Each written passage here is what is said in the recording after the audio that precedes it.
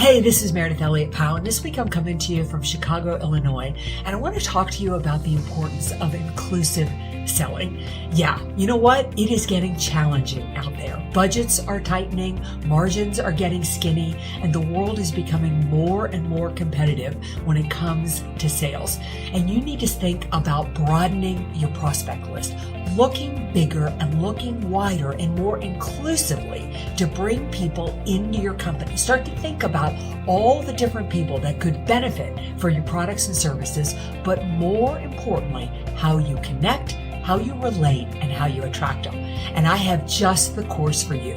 Check out the link that goes with this video, and it will take you to my new course on LinkedIn Learning called Inclusive Selling. And it is all about how to broaden and expand your prospect list and your customer base. I'm going to walk you through step by step what you need to really understand how to reconfigure your products and services to reach more markets. What are you waiting for? Click the link. Check it out now.